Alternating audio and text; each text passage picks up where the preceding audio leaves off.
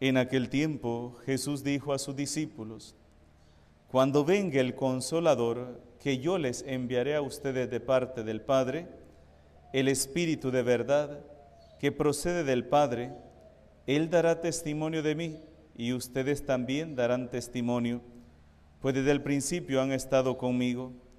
Les he hablado de estas cosas para que su fe no tropiece. Los expulsarán de las sinagogas y hasta llegará un tiempo cuando el que les dé muerte creerá dar culto a Dios. Esto lo harán porque no nos han conocido ni al Padre ni a mí. Les he hablado de estas cosas para que cuando llegue la hora de su cumplimiento recuerden que ya se los había predicho yo. Palabra del Señor. Por las palabras del Santo Evangelio sean perdonados nuestros pecados. Siéntense, por favor. Los expulsarán de la sinagoga y hasta llegará un tiempo cuando el que les dé muerte creerá dar culto a Dios. Esto lo harán porque no han conocido ni al Padre ni a mí. Este es un texto muy importante. Desconocer quién es Dios, desconocer quién es Jesús y desconocer quién es Dios es desconocer cuál es la voluntad de ellos, qué es lo que Dios quiere, qué es lo que nuestro Señor Jesucristo quiere. Cuando nosotros desconocemos la voluntad de Dios, podemos terminar haciendo nuestra voluntad. Y miren qué triste lo que dice hoy el Evangelio. Llegará un momento en que los metan presos, los persigan y los maten, van a creer que están sirviéndole a Dios, pero no es así. Porque no conocen a Dios, no conocen a Jesús. Y hermanos, ¿cuántos de nosotros nos hemos hecho en algún momento una idea totalmente errónea de Dios? Para muchas personas Dios es un ser lejano, un ser que está allá arriba esperando a ver a qué horas me equivoco para darme un leñazo en la nuca. Para muchos, Dios es un Dios que le gusta divertirse con los hombres, viendo cómo se equivocan, cómo se dan en los dientes, ¿verdad? Y se complace en enviar castigos. No es así. Dios es un Dios de misericordia.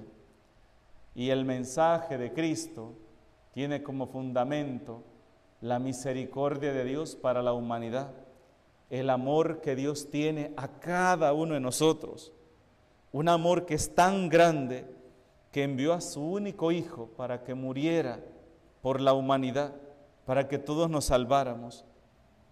Ese Dios que no me envía a juzgar ni a condenar, un Dios que me invita a perdonar, a comprender, a ayudar, a no voltear mi mirada al necesitado, a sentir compasión del que sufre, así como quiero que un día también tengan compasión de mí.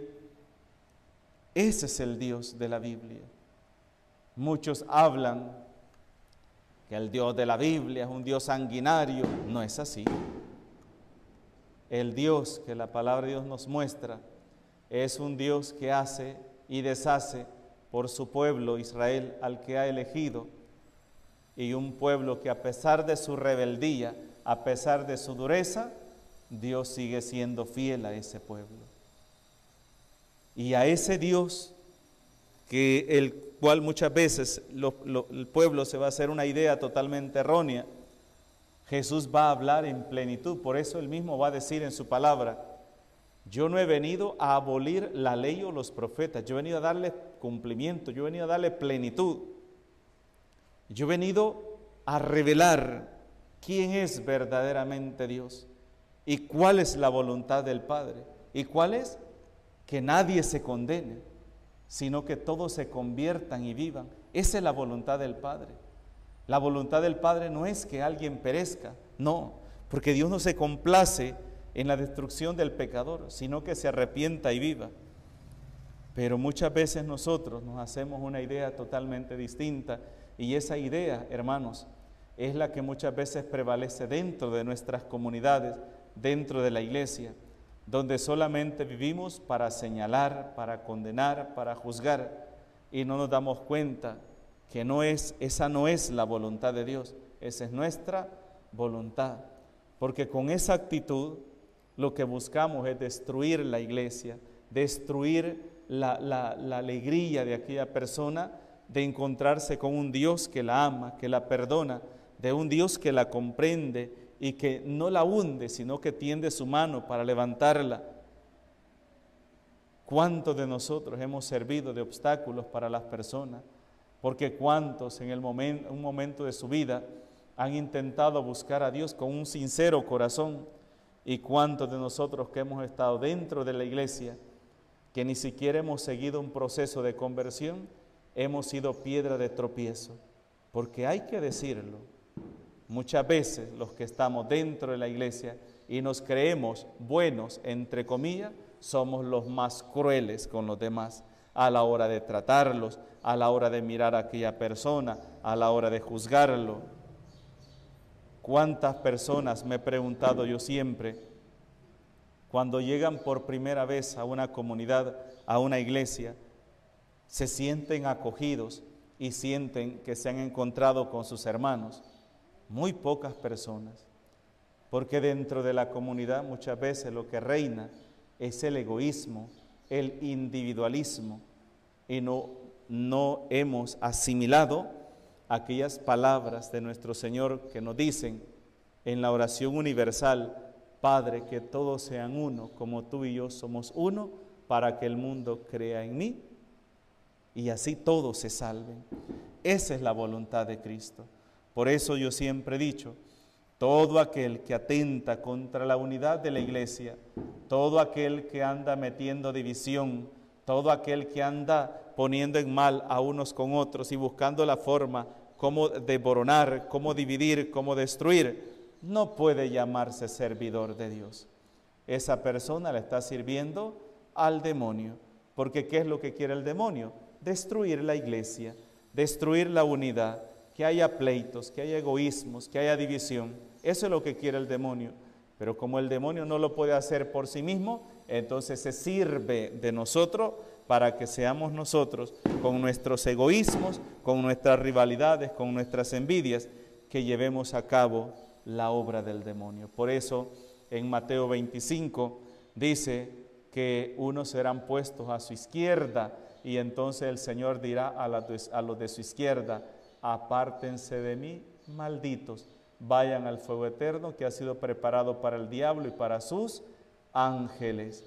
¿Y quiénes son los ángeles del diablo? Los ángeles del diablo son los que le sirven a él, los que llevan su mensaje. Y por eso yo a veces he dicho, muchas veces con nuestras actitudes inconversas no nos comportamos como cristianos, sino como ángeles del demonio que le estamos ayudando a realizar su obra, que es destruir la obra de Cristo, destruir la iglesia, destruir el amor, destruir la fe de las demás personas. Por eso hoy, más que nunca, tenemos que pedirle al Señor que derrame el Espíritu Santo sobre nosotros, ese Espíritu de la verdad, ese Espíritu que procede del Padre y del Hijo, para que nos muestre verdaderamente cuál es el camino que un cristiano debe seguir, el camino hacia su propia salvación. Que así sea. En el nombre del Padre, del Hijo y del Espíritu Santo. Amén.